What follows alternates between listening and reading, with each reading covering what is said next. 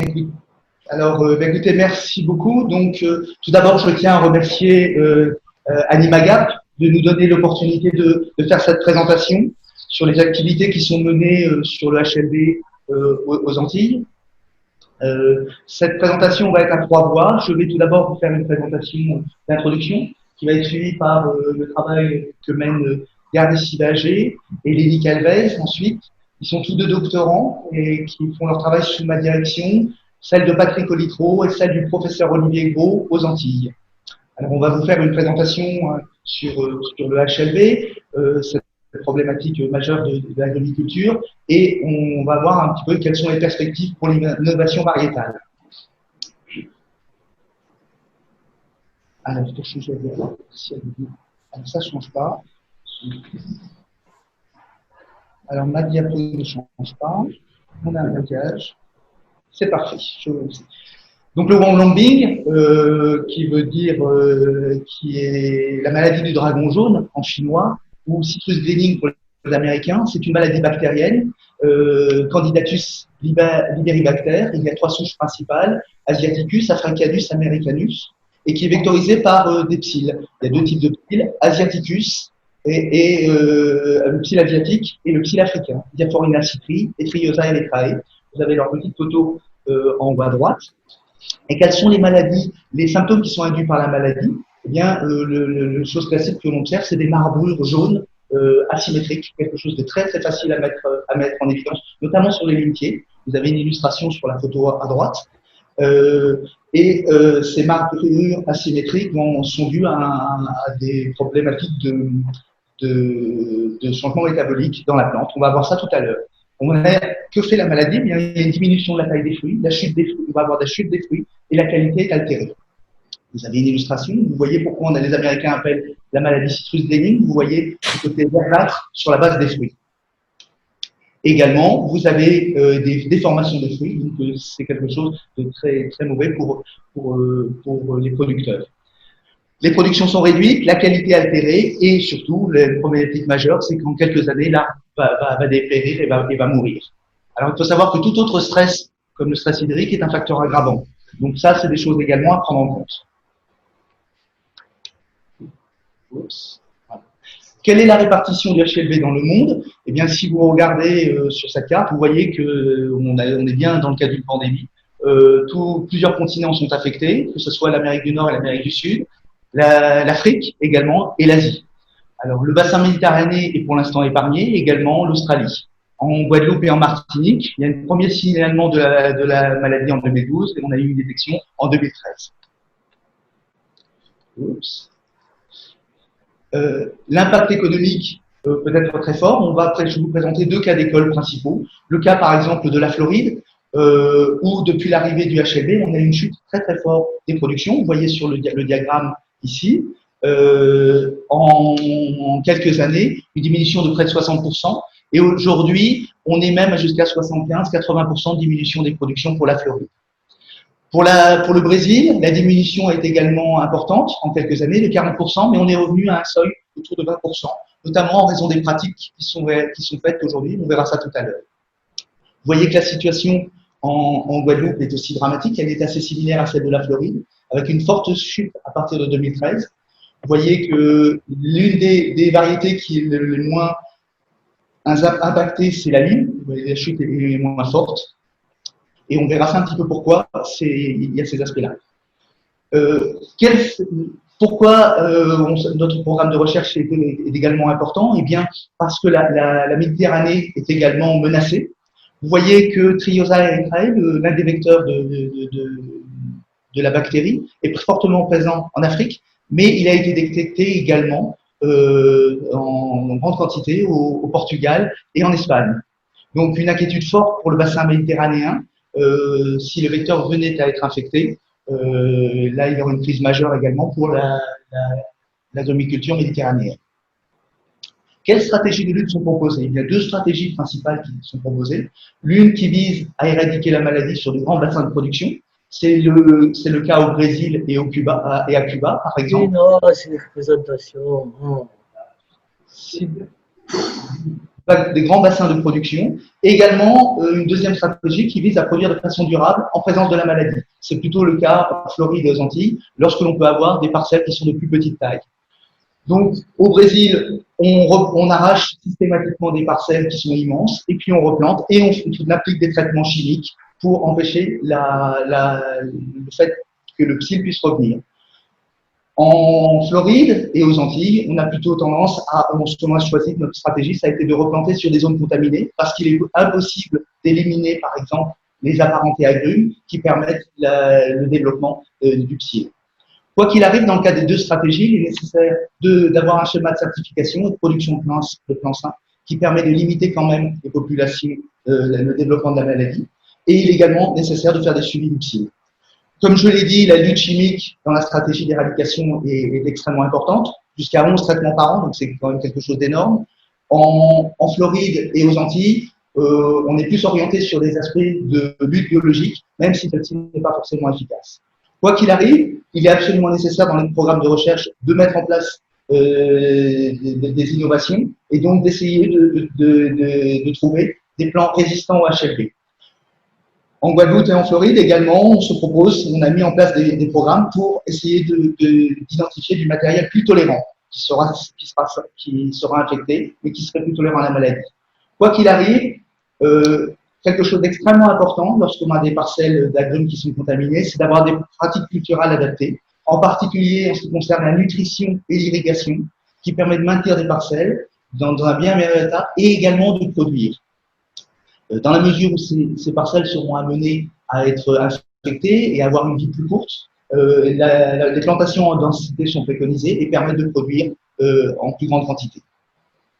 Alors, quelle est la dynamique de l'infection dans la plante et son impact physiologique? Alors, je vous ai dit que le psylle était le vecteur de la maladie. Il va venir piquer de jeunes rameaux d'agrumes. En piquant et en absorbant la sève élaborée, il va aussi transmettre la bactérie dans la plante qui va être transférée dans l'arbre. La réponse de l'arbre à la bactérie va être de synthétiser de la calose au niveau des cellules du phloème. Il faut savoir que la bactérie est essentiellement phloémique. Vous voyez sur le schéma de droite une illustration de la présence de la bactérie dans les vaisseaux du phloème. Et la synthèse de calose au niveau des pores des cellules du phloème va boucher ces vaisseaux. Et donc, le flux de sève élaborée va être stoppé. Donc, cela va entraîner donc une accumulation des sucres et de l'amidon dans les feuilles, et donc les symptômes foliaires qui sont observés. De même, les racines et les fruits sont plus alimentés en sève élaborée, et donc on a des impacts forts en termes de développement racinaire et également en termes de développement des fruits. Alors, un autre élément qui est important, c'est la destruction du système racinaire qui est observé après l'infection. Il semble que la racine est un élément extrêmement important dans la mesure où ça va déclencher ou non une bascule avec la multiplication de la bactérie dans la plante. Il y a certains porte-greffes qui se développent, qui sont beaucoup plus adaptés et qui semblent limiter le développement de la bactérie. Donc, la recherche de porte-greffes, mais également de variétés de sions limitant le développement de la bactérie, est quelque chose de très important. En termes de variabilité de la sensibilité au niveau de germplasme, il y a différents résultats qui existent dans la biblio. On sait par exemple qu'au sein du genre citrus, il y a des génotypes qui sont plus ou moins tolérants. Une illustration sur la photo de droite, vous voyez le pomelo de Jackson, qui se comporte beaucoup mieux que le pomelo Marsh, sans que l'on sache réellement les raisons. Les Américains disent que la bactérie se multiplierait moins dans le cas de ce génotype. Donc, ce type de matériel peut être extrêmement intéressant et il est d'ailleurs évalué pour être proposé aux agriculteurs dans le cadre du programme LETA. Un deuxième élément important, c'est la polyploïdie. On a pu observer que la ligne Tahiti, qui est triploïde, se comportait beaucoup mieux que son équivalent diploïde. De même, il y a certains travaux de nos collègues américains sur les porte-greffes tétraploïdes qui semblent montrer que ceux-ci permettent de limiter le développement de la bactérie et donc l'impact moins fort en termes de tolérance à la maladie. Donc, tout ceci pour espérer vivre avec la maladie, donc la hétérocytogenéité plus tolérante. Un autre élément, ce sont les genres apparentés, alors qui ne sont pas classiquement utilisés en agriculture, mais qui présentent des résistances vraies. Et donc, il y a absence de multiplication de la bactérie dans ces genres. C'est le genre australien, Microcitrus et Eremocitrus, qui sont sexuellement compatibles avec les espèces cultivées du genre Citrus. Donc là, il y a un réservoir en termes de diversité pour pouvoir, dans nos programmes de sélection, essayer d'obtenir des gènes de résistance. Il y a également des résistances vraies dans les genres apparentés, des résistances vraies dans les genres apparentés qui sont sexuellement incompatibles. Quoi qu'il arrive, au travers des variétés, il sera possible d'éradiquer la maladie au travers de variétés résistantes et de vivre avec la maladie au travers de porte-greffes résistants. Quelles sont les actions de recherche que l'on mène dans le cadre de CIPAG? Alors, je vais essayer de vous brosser rapidement des différentes activités que l'on retrouvera dans le cadre des présentations de Gary et de Lenny. D'abord, la préservation des ressources génétiques patrimoniales. Vous savez que la Caraïbe est une zone secondaire de diversification des agrumes. Par exemple, le pomelo, tangor et tangelo sont originaires de cette zone. Et donc, ce matériel est infecté et il était important de le préserver. Donc, des prospections ont été réalisées et de l'assainissement est en cours pour pouvoir le préserver et éviter de le perdre. En termes de sélection adaptative, je vous ai parlé tout à l'heure, par exemple, de Jackson, du Polo Jackson, qui est lui plus tolérant. Donc, ce type de matériel était intéressant à introduire en Guadeloupe et à évaluer pour le proposer à la profession. En termes d'innovation, pour répondre au HLB, dans le cadre du projet Feder Cavaglio, on a créé du matériel porte-greffe et tétraploïde et également des variétés triploïdes.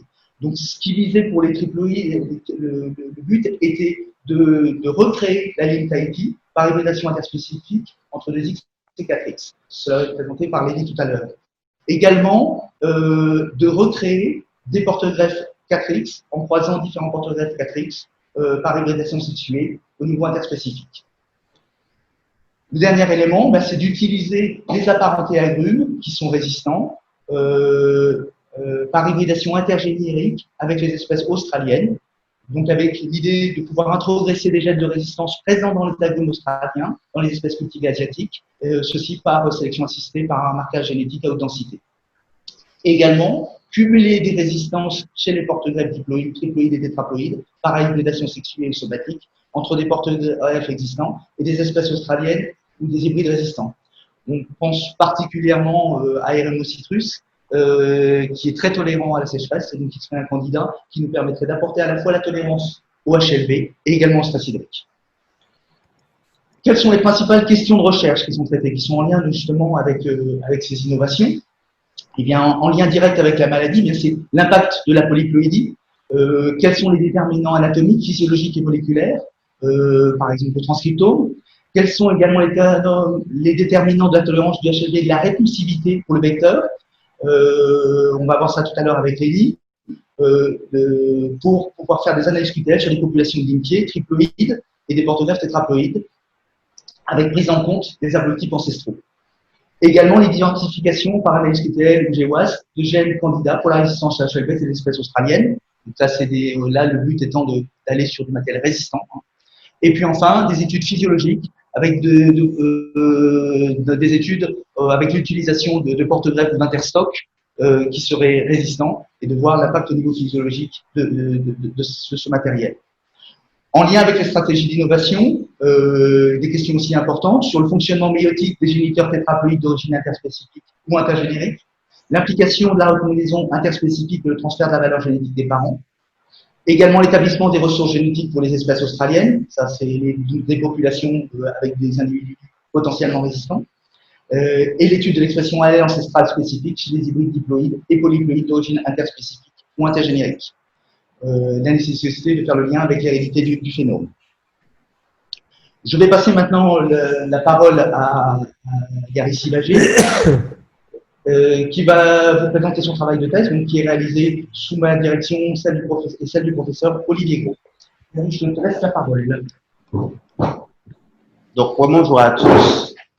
Dans le cadre de ma thèse, je travaille sur la compréhension de la réponse différentielle entre les diploïdes et les polyploïdes face à la maladie du HLB, en identifiant les déterminants physiologiques et biomoléculaires de ce. Est-ce qu'il est possible de couper le micro pour la personne qui touche? S'il vous plaît. Donc, la polyploïdie, bien qu'elle apporte un effet analysant chez l'arbre, comme on peut le voir sur la figure B, avec un arbre tétraploïde contrairement à un arbre diploïde, La polyploïdie apporte d'autres caractères comme l'augmentation de la taille des organes. Donc, on peut voir ici avec des graines tétraploïdes bien plus grosses que celles diploïdes en figure A. Des racines tétraploïdes que, malgré elles sont moins denses, qui sont beaucoup plus grosses que les racines diploïdes, ou encore la taille des fruits, une augmentation de la taille des fruits, ou encore la taille des feuilles. La polyploïdie apporte également une augmentation de la taille cellulaire, comme on peut le voir dans le cadre de la figure D avec le parenchyme palisadique qui est beaucoup plus gros pour les tétraploïdes ainsi que les stomates, ou encore une augmentation de la taille cellulaire au niveau des tiges et des racines. La polyploïdie apporte également une meilleure tolérance à différents stress comme le stress hydrique, le stress salin ou encore les températures basses. Alors, afin d'évaluer l'impact de la polyploïdie face à la maladie du HLB, j'ai travaillé sur deux variétés, donc le limché mexicain qui est diploïde et le limché Tahiti qui est un triploïde naturel qui est ici d'un croisement entre le limché mexicain doublé tétraploïde et un citronnier. Ces variétés ont été greffées avec du citrumello diploïde et j'ai travaillé dans trois conditions différentes, donc en condition témoin, en condition asymptomatique où il n'y avait pas de présence de marbre foliaire et ce stade correspondait à un stade précoce de la maladie, et enfin un stade symptomatique où il y avait présence de marbre foliaire et ce stade correspondait à un stade plus tardif de la maladie. Donc la maladie a été inoculée par greffage pour les échantillons asymptomatiques et elle a été inoculée par voie naturelle par les styles au champ pour les échantillons symptomatiques. Donc, pour comprendre un peu l'impact de la polyploïdie, on a commencé par mesurer le comportement physiologique de ces deux variétés en mesurant l'activité de transpiration et de photosynthèse en augmentant la lumière au fur et à mesure. Donc, les résultats ont montré que plus on augmentait la lumière, plus il y avait une augmentation de ces activités. De plus, ils ont également montré que plus on avançait dans le stade de la maladie, plus il y avait une diminution de ces activités pour les deux variétés. Néanmoins, quelles que soient les conditions dans lesquelles on se retrouvait, les activités de photosynthèse et de transpiration étaient beaucoup plus élevées chez les variétés triploïdes que chez les variétés diploïdes. Ensuite, comme Raphaël l'a dit précédemment, l'amidon ou encore les sucres sont accumulés au niveau des feuilles et du coup, on a voulu mesurer la teneur d'amidon présente dans ces feuilles. Donc, en conditions témoins, bien qu'il y avait une différence entre les deux variétés, la teneur d'amidon était relativement faible pour les deux variétés. Quand on regardait au niveau symptomatique, il y avait un facteur 10, donc une forte augmentation de l'amidon chez les deux variétés. Enfin, pour le stade asymptomatique, qui est un stade précoce, je le rappelle, de la maladie, bien qu'il y ait une légère augmentation de l'amidon pour la variété diploïde, la teneur d'amidon pour la variété diploïde était 5 fois supérieure à celle des triploïdes. La maladie du HLB étant exclusivement phloémique, on a fait des coupes de pétioles afin d'observer le phloème au niveau de ces pétioles et on pouvait voir que pour la variété triploïde, la taille des cellules et des pores était beaucoup plus importante, beaucoup plus grosse que chez les diploïdes. De plus, il n'y avait pas de présence de callose puisque ces échantillons n'étaient pas infectés par la bactérie responsable de la maladie. Donc, on a mesuré différentes surfaces et on pouvait voir également que pour le pétiole, après analyse par une imagie, il y avait une différence significative entre les deux variétés. Donc, le pétiole était beaucoup plus gros chez les variétés triploïdes. Quand on regardait plus précisément au niveau du phloème qui est impacté par la maladie, le phloème avait la même tendance et on pouvait voir qu'il y avait une plus grosse taille au niveau du phloème par rapport pour les triploïdes par rapport aux diploïdes. Il était de même pour la taille de ces cellules. Et enfin, pour les pores, on pouvait voir une nette différence entre les deux variétés. Et ce, quelles que soient les conditions, qu'on soit en conditions témoins ou en conditions asymptomatiques. Donc, on a continué le travail de microscopie électronique à balayage sur les échantillons asymptomatiques et sur les échantillons symptomatiques. On pouvait voir que pour le stade très tardif de la maladie, il n'y avait pas vraiment de différence car il y avait un fort dépôt de callose pour les deux variétés. Et quand on regardait au stade asymptomatique, on pouvait voir que pour la variété triploïde, les pores étaient peu, voire pas bouchés, ce qui permettrait de maintenir le flux de sels élaborés et comprendre pourquoi également la variété triploïde, donc limché Tahiti, se comporterait bien mieux au champ que la variété diploïde. Et on pouvait voir également pour cette variété, donc il y avait un dépôt de callose et même la présence de grains d'amidon qui était en corrélation avec les résultats obtenus plus tôt pour la teneur de l'amidon contenu dans les feuilles de Limche mexicain et Limche Tahiti. Donc, afin de confirmer ces résultats de microscopie électronique à balayage, on a réalisé une coloration bleu d'aniline afin de mettre en évidence la présence de callose à l'échelle de l'organe. Ces résultats étaient en totale corrélation avec les résultats obtenus par microscopie à balayage, puisqu'en effet, en conditions témoins, il n'y avait pas de présence de callose pour les deux variétés. En conditions asymptomatiques, il y avait une nette différence entre les deux variétés avec la forte présence de callose au niveau du phloème pour la variété diploïde, contrairement à la variété triploïde. Enfin, pour les deux variétés en conditions symptomatiques, il y avait présence de callose dans les deux échantillons. Le HLB induit un stress oxydatif qui est caractérisé par le déséquilibre entre la formation et l'élimination des espèces réactives de l'oxygène, encore appelé ROS. Le H2O2, bien qu'il ne soit pas radicalaire, est une espèce toxique, est une molécule toxique pour l'organisme. Et on pouvait voir que du passage échantillon témoin à infection par la bactérie, il y avait bien une augmentation de cette molécule et donc qui caractérisait donc du stress oxydatif engendré par le HLB. Les différentes enzymes écosubstrats qui interviennent dans l'élimination des CROS, donc l'acide ascorbique, l'ascorbate péroxydase ou encore la catalase, ont montré qu'il y avait une meilleure détoxication cellulaire pour la variété triploïde, contrairement à la variété diploïde. L'acide ascorbique qui agit en tant que cosubstrat avec l'ascorbate péroxydase est indiqué dans la littérature comme pouvant agir directement sur les ROS afin de les neutraliser et les éliminer, expliquant alors pourquoi il y aurait une forte augmentation de l'acide ascorbique au niveau de la variété triploïde. Donc, afin de compléter les différentes, afin de compléter la compréhension entre la variété diploïde et la variété triploïde, des analyses sur l'ensemble du transcriptome par RNA-seq sont en cours, donc les échantillons ont déjà été préparés et déjà été envoyés. Une analyse hormonale de l'acide, par exemple avec le dosage de l'acide salicylique ou encore d'autres hormones et du métabolome, les échantillons est prévu et les échantillons sont prêts à l'envoi. Il sera intéressant de transposer le travail qui a été fait sur la partie aérienne, sur la partie porte-greffe, et cette fois-ci, le matériel utilisé sera le citrulline diploïde et tétraploïde. Donc, avec toujours une observation microscopique, voir le dépôt de callose, voir s'il y a un impact au niveau des pores du phloème. Et il serait intéressant de caractériser la bactérie par des techniques d'hybridation in situ à fluorescence et voir si, justement, au niveau des racines de ces porte-greffes, il y avait une présence de bactéries beaucoup plus importante d'un porte-greffe à l'autre. Ce sujet fait l'objet du stage du Goulet-Maëlys, qui est étudiante en Master 2. Donc, une analyse du système de détoxication cellulaire sur les ROS sera faite afin de savoir s'il y a un impact également au niveau du porte-greffe et également doser certains biomarqueurs de stress.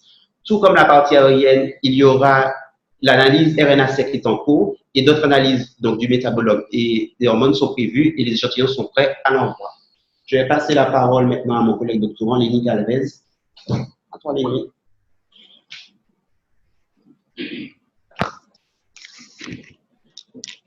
Donc, bonjour à tous.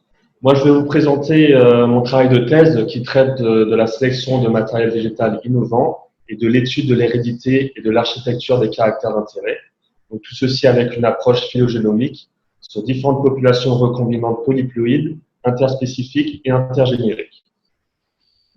Donc, comme on vous l'a dit précédemment, la ligne Tahiti est considérée comme étant tolérante vis-à-vis de la maladie du young bombing.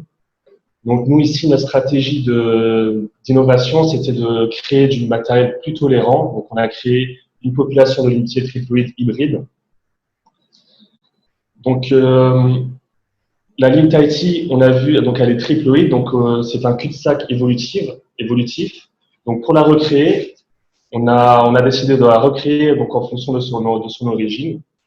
Donc, les travaux antérieurs de l'équipe ont montré que l'origine des agrumes les agrumes cultivés étaient en fait issus de quatre taxons ancestraux. Donc, qui sont les papédas, les cédras, les pamplemousses et les mandariniers. Donc, en fonction de ces 4 taxons, il y a les différentes hybridations qui ont donné, du coup, les agrumes que l'on connaît aujourd'hui. Par exemple, l'oranger est lui un hybride de pamplemousse et de mandarinier. Donc, les 4 taxons ancestraux sont génétiquement purs, comme on peut voir sur le cariotype en bas des photographies. Et au fil des hybridations, il y a eu une complexification du génome. Donc, on obtient des individus comme la ligne Tahiti. On voit que le génome est très complexe. Donc, on revoit des séquences géniques qui appartiennent aux 4 taxons ancestraux. Donc, nous avons donc recréé cette ligne Tahiti en croisant la ligne J1K qui est tétraploïde, donc c'est en fait la ligne mexicaine dont le génome a été doublé, avec des citronniers méditerranéens, que l'on appelle aussi les citronniers 4 saisons, car ils ont la capacité de produire toute l'année. Donc, on a fait cette population avec de nouveaux objectifs de diversification, qui sont une tolérance aux maladies, donc notamment le HLB, mais aussi on s'intéresse à d'autres maladies telles que le Guinea Spot, une fructification et une floraison en continu toute l'année pour alimenter le marché local en continu. Et enfin, une faible teneur en furanocoumarine. Donc la furanocoumarine, c'est une phytotoxine qui peut qu'on retrouve en forte concentration au niveau des zestes des fruits, et ça peut avoir un effet néfaste sur la santé humaine. Donc ça peut causer des dermatoses.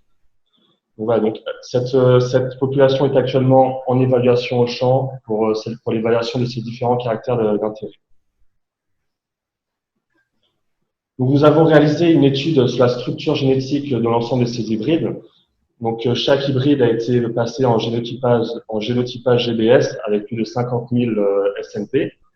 Donc ici on a une représentation graphique où on voit la position génétique de ces hybrides en bleu clair en fonction des autres taxons des agrumes. Donc on voit que les hybrides sont bien autour de la ligne Tahiti, autour de la ligne mexicaine. Donc on a bien créé des hybrides dans l'univers des limes. Ici, donc nous avons un MG3 qui nous montre la distanciation génétique entre ces hybrides. Et ce qui est intéressant, c'est qu'on peut voir qu'il y a quelques individus qui sont très proches de l'idéotype ligne Tahiti.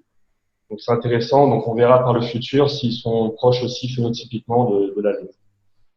Donc ces résultats nous montrent que notre stratégie de reconstruction de cet idéotype a bien fonctionné.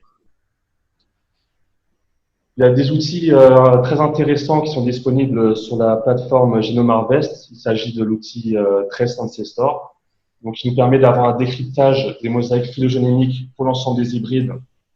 Donc en fait, on va pouvoir savoir la contribution des ancêtres au niveau de chaque chromosome des individus de chaque hybride.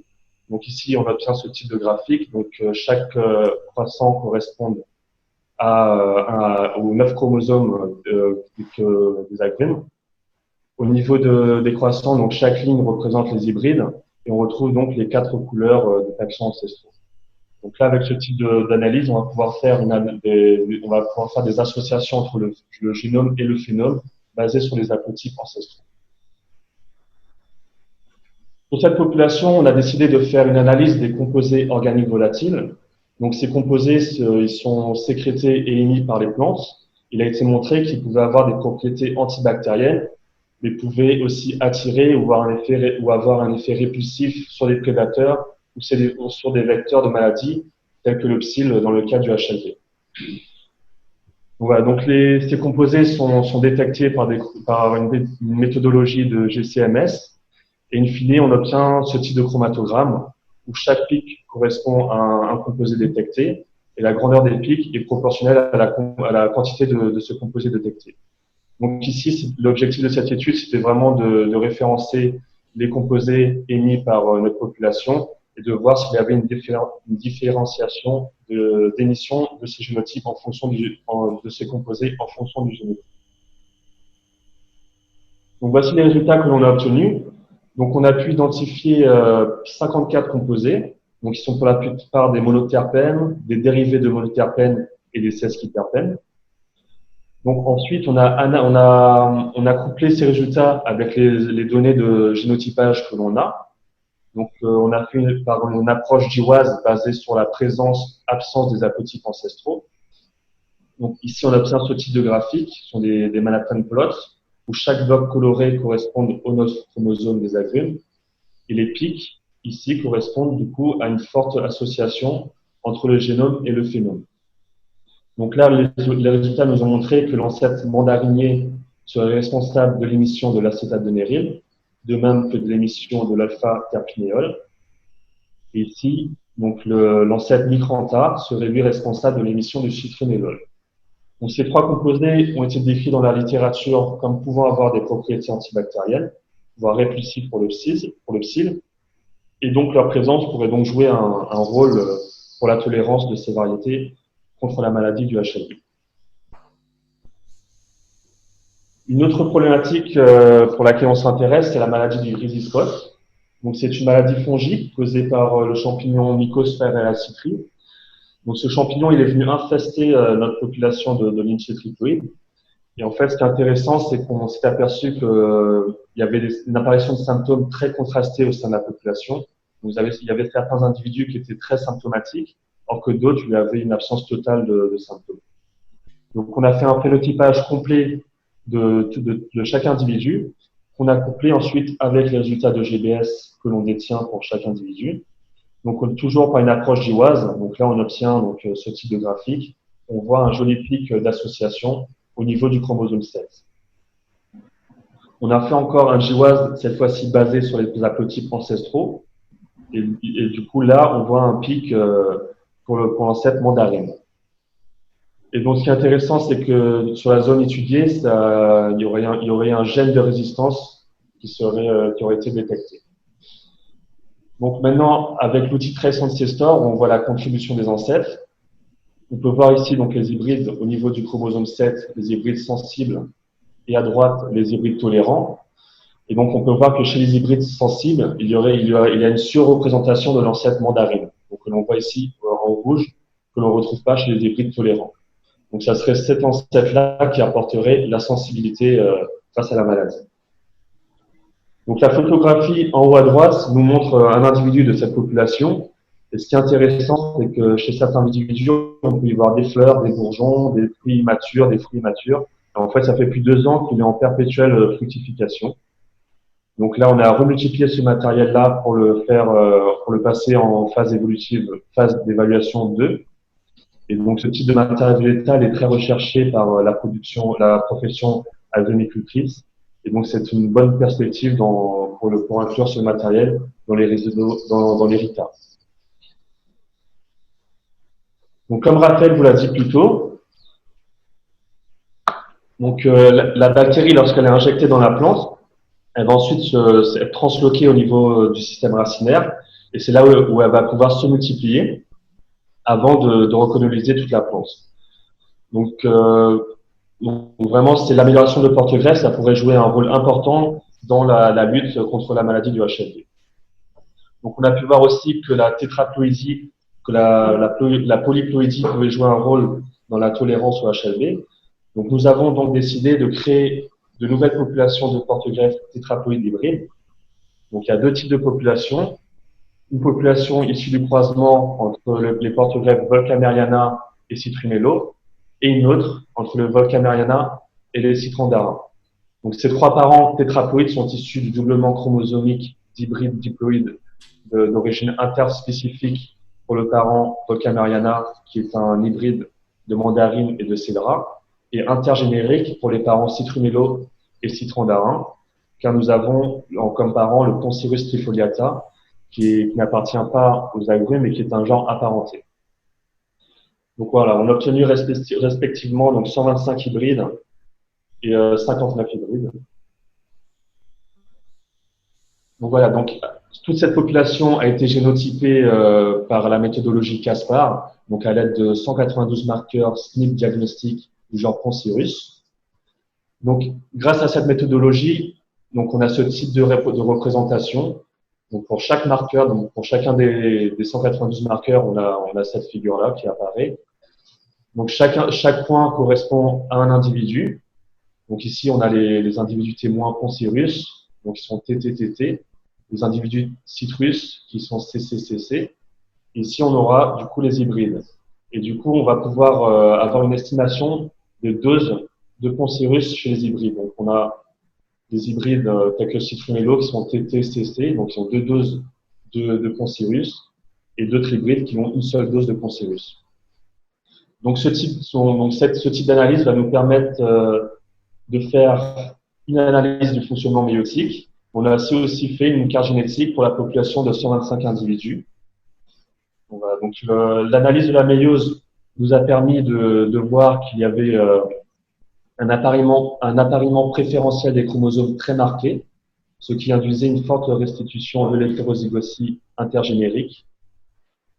Et donc, cet appariement préférentiel des chromosomes, c'est très intéressant lorsqu'on fait de l'amélioration de porte-greffe, car la recombinaison intergénérique est limitée. C'est-à-dire que tout l'effort qui a été réalisé auparavant pour mettre au point les porte-greffes Citrumello, Citrandarin, donc, vont être conservés et pourront être redistribués donc, à la descendance. Donc, voilà. Donc ici, on a une figure circos qui représente un peu donc, les résultats que l'on a eus suite aux analyses méiotiques. Donc, pour chaque chromosome, donc, en vert, c'est la restitution de l'hétérozygosie parentale qui est attendue lorsqu'il y a une ségrégation disomique. Et en bleu, c'est lorsqu'il y a une ségrégation tétrasomique. Et les points rouges, c'est la restitution de l'hétérozygosie de notre population. Donc, on voit que notre population a une ségrégation qui est plutôt disomique. Donc, on retrouve cette ségrégation chez les allotétraploïdes, comme notre population. Donc, ça va entraîner un appariement préférentiel des chromosomes très marqué. Si on aurait eu une ségrégation disomique, là, c'est plutôt chez les autotétraploïdes. Et dans ce cas-là, l'appariement préférentiel des chromosomes est nul. Donc voilà, donc là, c'est vraiment l'appariement préférentiel des chromosomes va permettre de conserver des caractères de tolérance au stress biotique et abiotique et aussi une meilleure qualité des fruits. Donc voilà, donc sur cette population, donc elle est actuellement en évaluation pour différents caractères d'intérêt, tels que la tolérance à la maladie du HLB et au Phytophthora. Pour la tolérance à la maladie du HLB, on a mis au point une nouvelle méthodologie d'inoculation par trempage des racines dans un inoculum hautement concentré en bactéries. Donc ce type de méthodologie nous permet d'évaluer très rapidement la population pour cette tolérance au HLB. Aussi, on travaille sur le déficit hydrique. Comme vous l'a dit Raphaël, le stress hydrique était un facteur aggravant de la maladie du HLB.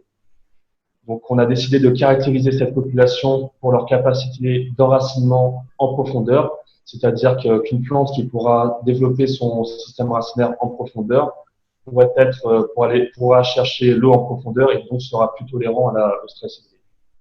Donc ici, il y a les premiers résultats de cette caractérisation phénotypique, donc de la longueur racinaire de chaque hybride. On peut voir donc qu'au sein de la population, il y a une différenciation au niveau de ce phénotype. Donc il y a certains hybrides qui ont un développement racinaire imposant, contrairement à d'autres où le développement racinaire est plus superficiel. Donc ici, donc chaque individu a été passé en genotyping by sequencing avec plus de 250 000 SNP.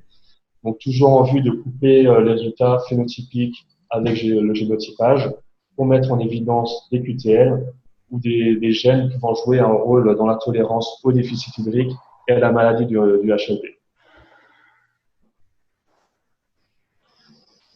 Donc là, il y a des études qui ont montré qu'il y avait des apparentés d'agrumes, qu'il s'agit des agrumes océaniens, qui avaient une résistance stricte à la maladie du HLB.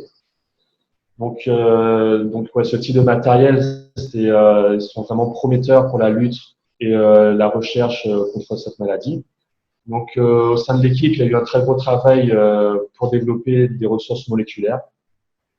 Donc il y a eu un draft du génome du microcitrus qui est disponible avec nos partenaires brésiliens et espagnols Donc, on a des populations qui sont disponibles, qui va nous permettre de pouvoir créer des cartes de référence de Microcitrus australis et Australasica en vue de faire un assemblage du pseudogénome de référence de ce Microcitrus. Donc là, il y a un génome browser qui est en cours aussi pour le genre Microcitrus. Nous sommes dans l'attente des résultats du reséquençage de 36 accessions de ce clade océanien. Donc, les informations de génomique nous ont permis d'identifier pour ce clade 166 000 SNP diagnostiques pour ce genre océanien, c'est-à-dire ce sont les séquences géniques que l'on retrouve uniquement chez les océaniens, que l'on ne retrouve pas chez les agrumes cultivés, qui sont les agrumes asiatiques. Et enfin, avec les données de reséquençage, on pourra compléter les SNP diagnostiques pour les différentes espèces. Donc, au sein de l'équipe, il y a aussi un très gros travail qui a été développé pour créer du nouveau matériel végétal plus tolérant, plus résistant à la maladie du HLB. Donc, toujours avec comme parents ces hybrides, ces individus résistants qui sont les agrumes océaniens. Donc, un individu qu'on connaît tous, c'est le citron caviar, donc qui fait partie de ces citrus résistants. Donc, en Corse, il y a eu un très gros travail d'hybridation sexuée intergénérique. Donc, on a actuellement à disponibilité en Guadeloupe plus de 600 hybrides, donc qui sont actuellement en évaluation pour leur tolérance, pour leur résistance au HLB. Au mois de mai, il y a eu une nouvelle campagne d'hybridation, cette fois-ci sexuée et contrôlée, afin de faire du breeding variétal. Donc, on a des hybridations F1, mais aussi du backcrossing entre mandarinier et Microcitrus. Il y a aussi du breeding de porte-greffe qui a été réalisé, notamment avec le parent Hérémorange, qui lui est un hybride d'Hérémocitrus et d'oranger. Ce qui est intéressant, c'est le parent Hérémocitrus, que c'est un citrus que l'on retrouve dans les déserts australiens. Donc, il est extrêmement résistant à la sécheresse et il a aussi toujours ce caractère de résistance à la maladie du HLB. Voilà, donc avec tout ce matériel, toujours la même démarche, on va faire un génotypage complet de ces populations. Ensuite, il y aura un phénotypage qui sera réalisé pour les caractères de tolérance au stress hydrique, mais surtout de résistance à la maladie du HLB. Création de cartes génériques, de cartes génétiques et étude de la recombinaison intergénérique, mais aussi interspécifique. Donc, avec les résultats de phénotypage et de génotypage, on va faire du GWAS en vue d'identifier des gènes qui seraient responsables justement de ces résistances chez les genres Microcitrus et Hérémocitrus. Prochainement, il y aura des hybridations somatiques qui seront réalisées à Montpellier en vue de faire du breeding de porte-greffe et du pré-breeding de géniteurs tétraploïdes. Donc voilà, donc en conclusion, nous avons pu voir donc qu'aujourd'hui la maladie du young bombing était la principale contrainte dans l'agrumiculture mondiale. Donc elle est présente dans les zones tropicales, subtropicales, mais elle menace aussi fortement le bassin méditerranéen, car il y a présence du psil, donc le vecteur de la maladie, en zone Portugal et espagnole. Nous avons pu voir qu'il y avait au sein des agrumes cultivés une variabilité sur la sensibilité de cette maladie. Donc, ça nous a permis de sélectionner des variétés et des porteurs-greffes qui étaient mieux adaptés afin de faire une production durable sous contrainte de la maladie. Donc, nous avons pu voir aussi que la polyploïdie avait un effet favorable grâce à son système de détoxication plus efficace, son anatomie vasculaire moins impactée par les dépôts de calose induits par la maladie, mais aussi une meilleure réponse physiologique à la maladie. Donc, les différentes populations recombinantes polyploïdes interspécifiques et intergénériques du genre Poncirus citrus ont révélé le support génétique de certains gènes de certains caractères d'intérêt, tout en prenant compte de la phylogénomie, et ce qui a permis de présélectionner des hybrides prometteurs. Et enfin, nous avons pu voir que certains genres apparentés d'agrumes avaient des résistances vraies face à la maladie du long bombing. Donc ça, ce type de matériel, ça ouvrait de nouvelles perspectives pour cette lutte contre la HLB. Donc tout en nous appuyant sur la création de ressources biologiques et moléculaires innovantes, ainsi que sur l'expertise d'Agap concernant la structure et le fonctionnement des génomes complexes. Je repasse la parole à Raphaël qui va vous présenter un peu le projet et les soutiens financiers. Voilà, juste très brièvement pour clore cette présentation qui était un petit peu longue, je voudrais remercier nos bailleurs, notamment la région Guadeloupe, qui a été moteur pour démarrer nos projets, dans le cadre notamment du projet Caval Bio, de l'État Parade HLB, qui nous ont permis par la suite d'être partie prenante dans d'autres projets au travers des recherches initiées. Que ce soit dans le cadre de 3 projets européens, Tropic Safe, le Life Vida for Citrus, et également le dernier, le pré-HLB, avec une forte implication en termes de génétique pour proposer du matériel résistant. Alors au niveau national, d'autres projets sont importants, comme le projet Dynamo et Genome Harvest. Dynamo qui a permis justement du reséquençage massif, donc d'avoir des données, vous avez vu la présentation de Lénie, qui nous permet justement de faire au final du génotypage fin, et Genome Harvest qui nous a permis justement d'avoir les outils de bioinformaticiens, de bioinformatique pour pouvoir faire ces analyses. Enfin, je citerai les 3 partenaires privés qui nous font confiance, les groupes Cointreau et Grand Marnier, qui sont extrêmement inquiets pour le devenir de l'agriculture, mais également les domaines agricoles au Maroc, qui également s'inquiètent pour le devenir de l'agriculture méditerranéenne. Je ne présenterai pas l'ensemble des partenaires, mais je pense que c'est important aussi que lorsqu'on s'attaque à une maladie comme par un réseau extrêmement important. Et aujourd'hui, on interagit avec extrêmement beaucoup de monde, avec beaucoup de monde, et qui nous permet justement d'être impliqués dans les différents projets et également d'apporter notre contribution spécifique dans ces projets. Pour finir, je tiens à remercier l'ensemble des partenaires, des membres de l'équipe CIPAG qui travaillent actuellement sur le programme. En Guadeloupe, beaucoup de monde, mais avec uniquement 3 ETP et demi statutaires. Donc, l'ensemble des projets nous ont permis de recruter du monde et donc justement d'être impliqués et de réaliser ces travaux. Également, je tiens à remercier les collègues de Corse qui nous apportent, au travers du CRB, tout le matériel innovant qui nous permet de réaliser nos activités. Je vous remercie et j'espère qu'il y a des questions à cette présentation et qui j'espère, a été claire. Je vous remercie. Alors, je vais essayer d'animer la présentation et donc je vais aller. Bonjour. Bonjour. Moi, j'ai une question. Du coup, j'en ai 3 même. J'ai une question par rapport à ce que tu disais, Raphaël, tout à l'heure en première présentation. D'autres variétés d'agrumes, pas forcément comestibles, sont testées par rapport à leur porte-greffe, tu disais. Donc, j'imagine comment ça s'appelle, le buis, là, de Chine. Ah, je t'entends plus par contre, Raphaël, t'as coupé ton micro. Tu penses au Mouraya, je pense.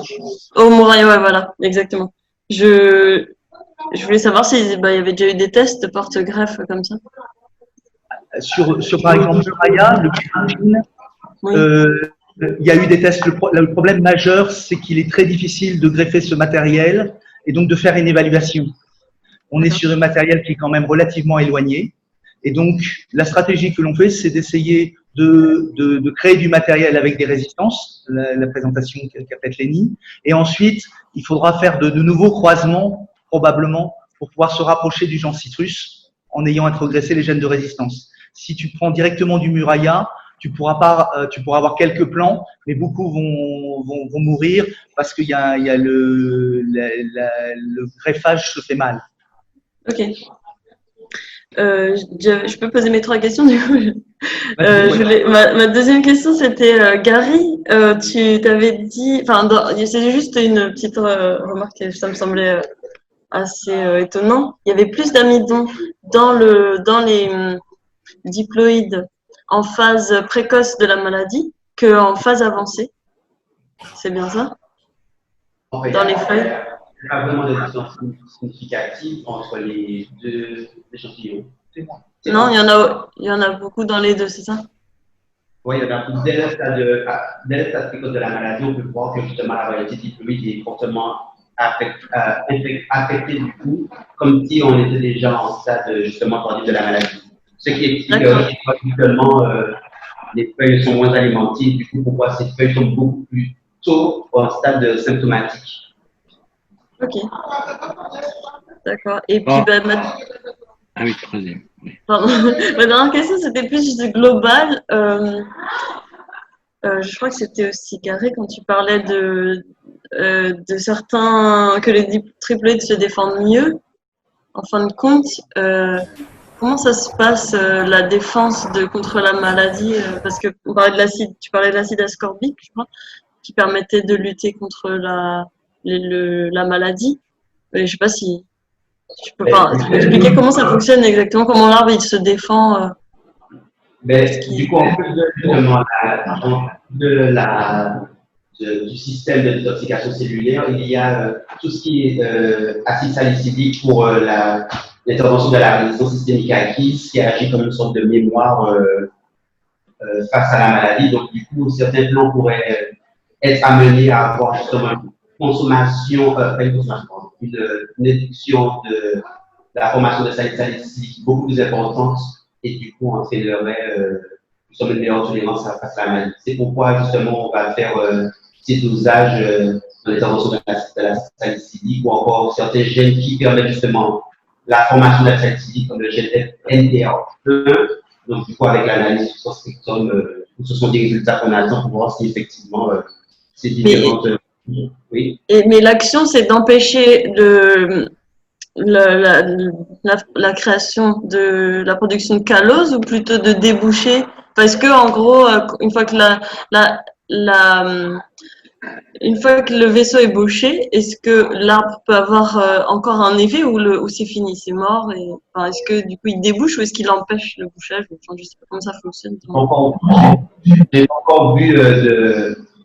Il y a des travaux dans la littérature qui montrent qu'au niveau des vaisseaux, il y a une certaine dynamique et que certains vaisseaux qui étaient bouchés pourraient se réenclencher. Voilà, il y a des questionnements là-dessus parce que les choses ne sont pas très claires. On est un petit peu sur les phénomènes, on pourrait mettre comme équivalent les phénomènes d'embolisme au niveau des xylèmes où effectivement on pourrait avoir une reconstitution de la possibilité du passage de la sève. Mais là, je pense encore qu'il y a beaucoup à faire. Hein. D'accord, ok. Bah, merci. Je voulais vous dire bravo, merci pour la présentation, c'était super clair. Je vais devoir partir parce que j'ai un autre rendez-vous. Mais en tout cas, merci. Bonjour, si je peux intervenir. Oui. Moi, ma question est beaucoup plus générale. Ce travail est absolument remarquable, mais c'est de savoir quel impact en relation avec les cultivateurs, avec les agriculteurs, etc. C'est-à-dire parce qu'il y a quand même urgence dans ce problème-là. Alors moi, je peux donner quelques éléments. C'est vrai qu'on a fait une présentation plus orientée science qui nous permettait de vous présenter les derniers développements. Oui. On est fortement impliqué dans le cadre d'activités dans le cadre du RITA, mais également des partenaires privés. Hein. Eux nous demandent des réponses immédiates. Donc, par exemple, on n'a pas parlé des résultats au champ. On a près de 2 hectares qui sont plantés avec plus d'une dizaine d'essais, que ce soit du porte-greffe, différents couples de porte-greffe avec différentes variétés, diploïdes ou triploïdes. Donc là, il y a la sélection qui est en cours. On a du matériel qui semble se comporter mieux. Donc l'idée, c'est d'aller plus loin avec les agriculteurs pour l'évaluer. Voilà un premier point. Également de travailler sur les aspects pratiques culturels. On n'a pas du tout abordé cette question dans la présentation. Mais par exemple, avec le groupe Grand Marnier et le groupe Pointreau, on va mettre en place tout un système en termes de fertilisation, parce qu'on se rend compte que dès que l'on est capable de relancer la machine plante en termes de création de nouveaux flushs, les arbres se comportent beaucoup mieux. Et ça, c'est souvent déterminé par la fertilisation. Et dans certains cas, comme par exemple ce que l'on vient de subir en termes de stress hydrique au cours des 3 dernières semaines, il n'y avait aucun flush qui ont eu lieu. Les pluies ont redémarré et là, en appliquant de la fertilisation, on relance de nouveaux flushs qui vont aussi permettre le développement de nouvelles racines. Et c'est cette balance entre la fertilisation racinaire mais également foliaire qui nous permet aussi d'améliorer la situation de nos parcelles. Donc on est aussi très impliqué sur ces thématiques-là. Après, proposer directement du matériel résistant, personne dans le monde n'est capable de le faire. On propose aujourd'hui dans nos travaux, dans le cadre de nos activités, certains génotypes plus tolérants qui seront en évaluation, qui vont être également en phase 2 dans le cadre du prochain RITA. Donc, les agriculteurs sont intéressés. Je crois qu'on est quand même en lien très fort avec les problématiques concrètes des agriculteurs. J'espère que j'ai répondu à la question. Je voulais juste dire qu'au niveau de la Martinique, on n'est pas tout à fait dans la même urgence pour l'instant parce que le HLB ne nous affecte pas du tout de la même façon. Par contre, nous avons une autre joyeuseté qui est le chancre citrique que vous n'avez pas à notre connaissance en Guadeloupe et qui, je crois, était présent dans les Virgin Islands britanniques. Et donc, c'est Martinique et ces îles-là. Et en Martinique, il y a beaucoup de précautions désormais, beaucoup plus ciblées contre le chancre citrique, qui est une maladie qui est bien ennuyeuse aussi. Voilà, c'était juste pour dire ça à Pierre. Mais ça peut le devenir, hein, la contrainte HLB peut devenir beaucoup plus fracassante en Martinique. Ok, ben, ma question était surtout sur la liaison entre la recherche et l'agriculture. Voilà. D'accord. Je reprends la parole en tant qu'animateur. Y a-t-il des questions? On a peut-être fait une présentation assez poussée sur la partie génétique. Il y a peut-être des questionnements sur les stratégies. Oui. Bonjour tout le monde. J'ai pas pu tout suivre à cause de certains petits problèmes techniques, mais dans la présentation, ma question est à côté du sujet, si je peux dire, un peu à côté. Je n'ai pas entendu parler, par exemple, de lutte par les phages si on a une bactérie, et c'est juste pour savoir s'il y a quelque chose qui se fait là aussi, enfin, de ce côté-là aussi ou pas.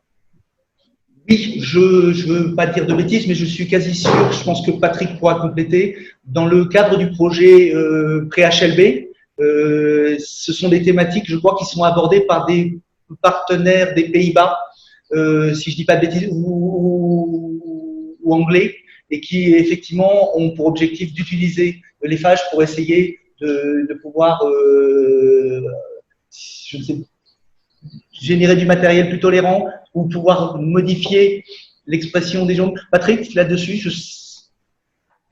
si je ne dis pas de bêtises. Mais je suis absolument sûr qu'il y a des activités qui sont menées là-dessus dans le cadre du projet européen pré-HLB. Pardon, j'avais mon micro qui était coupé. Est-ce que tu peux préciser la question, Jo, là, sur… On a parlé, dans l'introduction, il a été question de contrôle biologique du psyll, ce qui me semble difficile, disons, avec une efficacité forte. D'ailleurs, on a parlé des niveaux de traitement très élevés.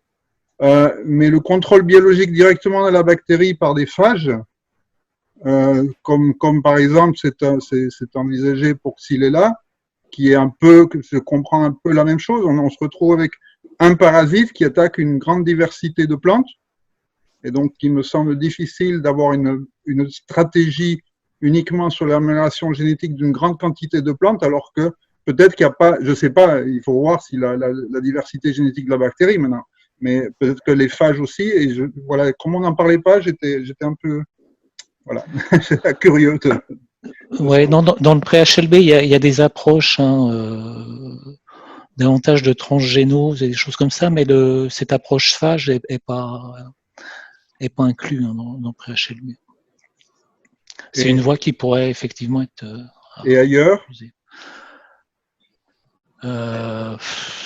Là, Non, à je ma pourrais- connaissance, dans les derniers congrès où Parce Raphaël que- était, moi j'y étais pas, c'est pas des choses qui sont abordées. À un moment, j'ai été interrompu par quelqu'un qui a travaillé sur ce filet-là. Et j'ai posé très vite la question. Et il m'a dit qu'aux USA, peut-être, je sais pas. Mais comme je voulais suivre la présentation, j'ai pas pu lui poser plus de questions.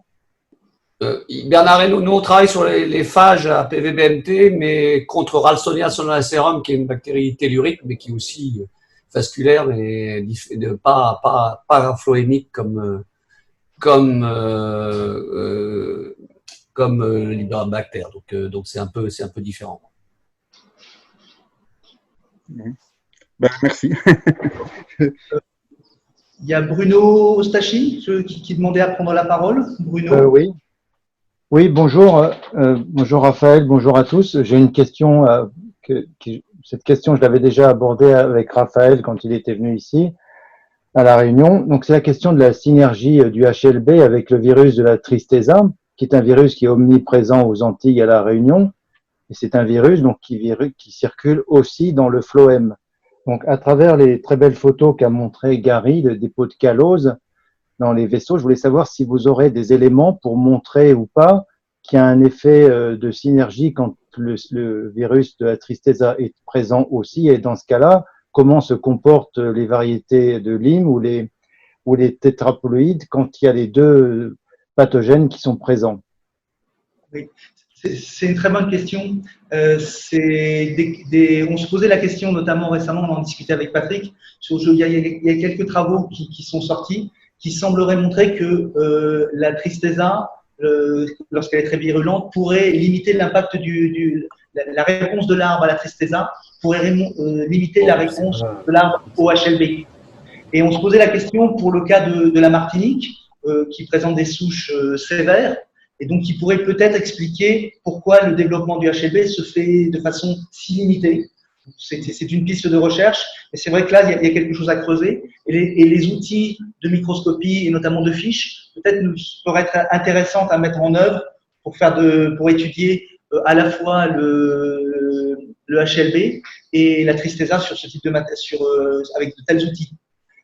Effectivement, c'est vrai que depuis qu'on a cette information sur cette possible synergie, c'est vrai que ça mérite de creuser.